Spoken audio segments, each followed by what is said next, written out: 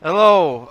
So this wasn't the video I wanted to make, but I was gonna make a review today, but I just saw something that really annoys the shit out of me, and that is lazy game reviewers. And I understand the rationale, but basically what happened was, I just saw a review for Elden Ring. I'm not gonna say who did the review because I like the guy, but I'm like, just like, dude, you're doing a review for a game that just came out, and I get it. You probably didn't get it early, you probably didn't get the game early, a reviewer's copy, right? So you just got the game on launch or whatever. You put in, fit like less than 20 hours, let's say, and you think you can just do a review, especially for a fucking RPG? Are you fucking kidding me?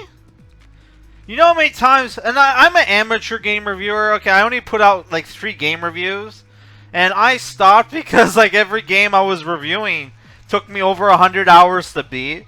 But you know how many times when I was playing those games where I'm like, games that took me over, like one of the games I reviewed took me over 200 hours to beat.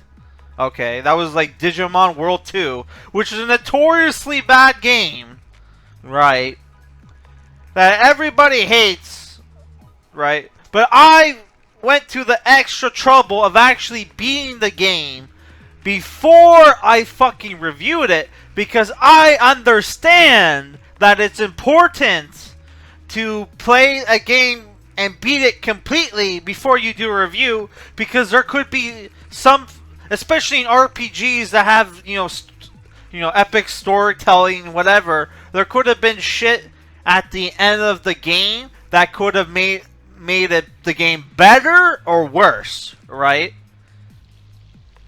And with Digimon World 2, the ending, it kind of helped with the game, right? Make it seem a little bit better at the end, because I didn't really see that ending coming, right? And there's famous examples of RPGs that were good, and then people saw the ending and people hated the fucking game, right? Like with games like Final Fantasy 13-2, Mass Effect 3, which is a very famous one where people loved that game until they got to the end and hate it.